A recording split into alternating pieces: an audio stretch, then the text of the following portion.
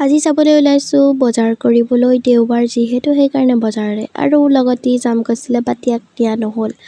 আহি আমি বজাৰ পালোহি আৰু ওচৰৰ এটিএমত পইচা নাই তো অলপ দূৰৰ এটিএম এটাত খোজকাঢ়ি গৈ পইচা অকণমান উলিয়াই আনিলোঁ।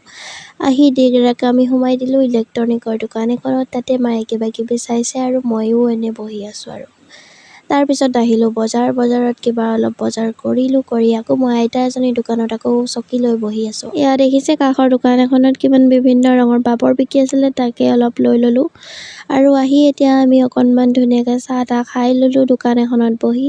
তো চাহ তাহ খাই আমি এতিয়া তাৰপিছত গাড়ীখন ষ্টেণ্ডৰ পৰা উলিয়াই ল'লোঁ। উলিয়াই পিনে আমি এয়া তিনিআলিত আকৌ ৰখিবলগীয়া হ'ল, কাৰণ মাইকী মানুহৰ লগত আহিলে কেনেকুৱা জানেই আৰু।